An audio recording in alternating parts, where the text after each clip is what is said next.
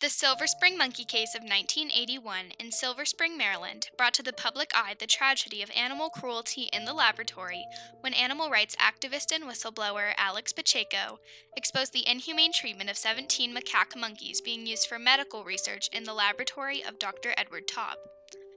This case sparked a national debate that questioned whether medical triumphs can be justified through such cruel and tragic means. Although medical research triumphed because of this case, this cannot justify the conditions of the laboratory and the monkeys' care. Edward Taub was charged and convicted of 17 counts of animal cruelty and failure to provide adequate veterinary care. Lieutenant Richard Swain testified about the conditions of the lab. He stated, "It was absolutely filthy, just incredibly dirty. I've executed lots and lots of search warrants. I've worked in murder, in narcotics, in vice. But this was the first time I went into a room and I felt legitimately concerned for my health just being there." Years later, Taub's convictions were overturned on appeal due to a technicality that Maryland's state anti-cruelty statute could not apply to a federally funded laboratory. The scientific side of the moral debate considers the use of laboratory animals in medical research necessary. Many triumphant medical breakthroughs and cures have relied on the use of laboratory animals. They view animals as very valuable for experimentation because of how similar they are to humans, especially primates. On the other side of the moral debate, favoring animal rights, these are intelligent, social creatures with complex nervous systems that feel pain, neglect, and loneliness. This case was perceived by the public along the full spectrum of triumph and tragedy. The debate about the use of animals in research dates back to at least the 1600s, when philosopher René Descartes stated that animals are automata that do not feel pain, and because animals do not think or reason, they are not deserving of compassion. This worldview was challenged in the 1800s by philosopher John Stuart Mill, who said that animals do indeed feel and anticipate pain, arguing the question is not can they reason, nor can they talk, but can they suffer. Though Dr. Taub had good intentions, his methodologies did not account for the suffering of his subjects. Dr. Taub's research focused on the motor abilities of monkeys which have been surgically impaired by deafferentation, which is the severing of sensory spinal nerves to one or more limbs, rendering those limbs flaccid, numb, and practically unusable. We showed with the Silver Spring monkeys and the monkeys before that you could use behavioral techniques, namely training, different types, including something called shaping, also condition response techniques, to get the monkey to use the deafferented limb and also by restraining the intact limb. As the Silver Spring monkey research was being conducted, young college student Alex Pacheco had a drive to advance animal rights after witnessing the gruesome treatment of animals in a slaughterhouse in Canada. After reading about the horrid use of animals in laboratories in the book Animal Liberation by Peter Singer, Alex wanted to delve deeper into his activism, so he applied for a job at the Institute of Behavioral Research, where Taub was carrying out his experiments. Alex met with Dr. Taub and was placed in an unpaid internship. Due to his loving nature towards animals, he considered the inside of the lab gut-wrenching and cruel. Alex recalls, "I was astonished as I began to comprehend the conditions before me. I saw filth caked on the wires of the cages, feces piled in the bottom of the cages, urine and rust encrusting every surface. There, amid this rotting stench, sat 17 crab-eating macaques, their lives limited to metal boxes just 17 3/4 inches wide. Frequently, the monkeys were starved and then presented food that could only be eaten if the monkey reached out for it with their crippled limb. Another method subjected the monkeys to a powerful electric shock to elicit movement."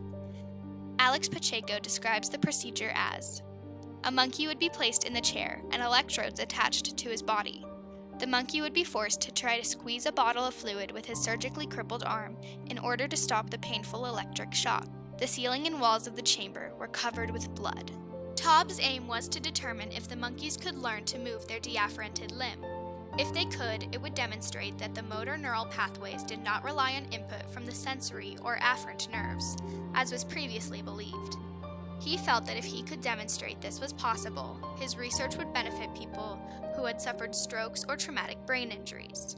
He has gone on to use this research to treat millions of patients, children and adults, with similar kinds of injuries as the monkeys. His treatment methods have been used around the world and throughout the United States. There's probably well over 1 million people who have benefited from the application of CI therapy. One of the members of the family of therapies generated by the work with the Silver Spring monkeys. Alex goes on to say, "I saw discolored, exposed muscle tissue on their arms. 2 monkeys had bones protruding through their flesh. Several had bitten off their own fingers and had festering stubs, which they extended towards me as I discreetly took fruit from my pockets. The monkeys suffered both physical abuse and chronic neglect. Frequently, the employees would forget to feed the animals, and when they did, the pellets would fall through the cracks of the cage, leaving the animals with very little to no food. There was no natural light, and the lights in their holding room were always on, increasing the stress put on the animals.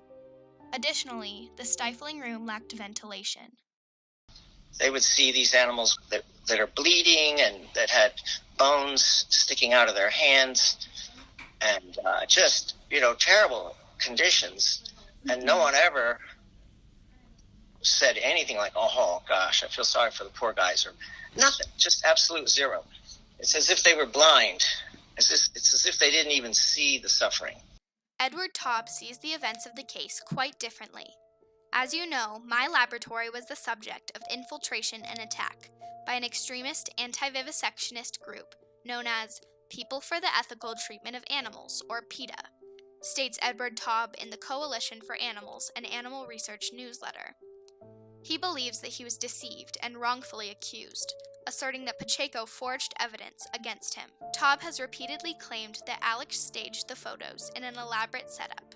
However, the one time this accusation was published, Alex sued for libel, and it was retracted. While treatment for stroke and traumatic brain injury patients advanced greatly from this research, it was at the cost of cruelty to these 17 monkeys. The macaque monkeys used in this lab were taken from the custody of Dr. Taub, and the 5 healthiest control subjects were placed in the care of the San Diego Zoo. They were re-socialized and were able to thrive. However, the other 12 monkeys were donated to one more experiment with anesthesia to see if their neural pathways had changed. After the experiment, they were euthanized. Stemming from this case, Alex Pacheco co-founded PETA, the largest animal rights organization in the United States, and public outcry and debate caused Congress to amend the Animal Welfare Act to provide further protection for laboratory animals by requiring each laboratory to employ a care committee to oversee lab conditions and approve proposed research methodologies. What do you think is the most important legacy of this case? I think that it gave birth to the animal rights movement in the United States. I think that's the biggie. Because it just was so different from anything before that it was like a lightning bolt.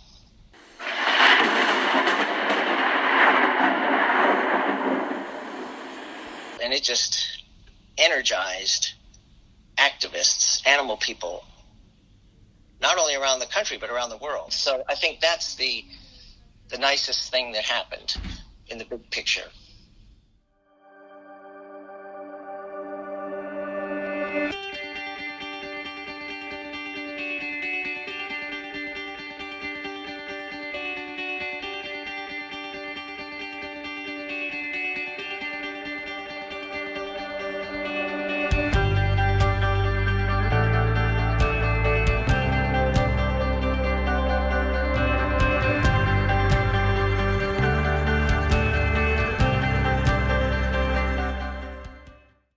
Was it worth it?